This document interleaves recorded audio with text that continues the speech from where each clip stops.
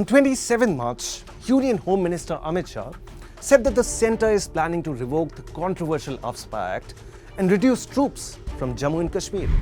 Just one day later, the same act was extended for another 6 months in parts of Nagaland and Arunachal Pradesh.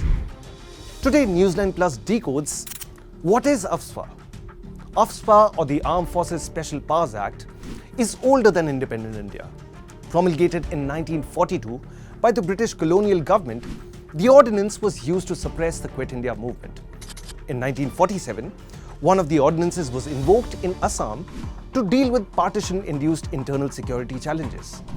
Then came the Assam Disturbed Areas Act of 1955, followed by AFSPA, Assam and Manipur in 1958 to tackle the uprising in the Naga Hills and adjoining areas.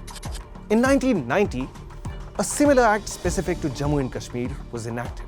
So what are the special powers under AFSPA? AFSPA grants special powers to security forces in disturbed areas, meaning army officers can prohibit a gathering of 5 or more persons.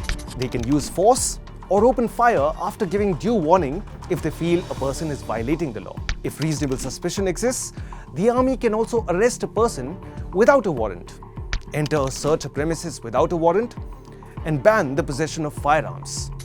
No prosecution or legal proceedings can be carried out against an officer under this act without permission from the centre. What makes it so controversial? Activists say that the power to use force or open fire, at times leading to death, violates the right to life.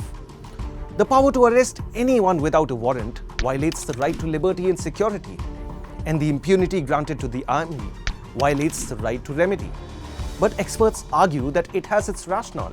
1. The Act allows soldiers to carry out military ops which would otherwise be legally and morally questionable.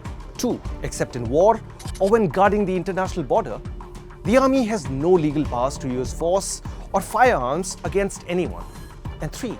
It ensures that the army is able to perform its function of internal security in certain disturbed areas. An atmosphere of reasonable operational freedom without harming people could perhaps be one solution.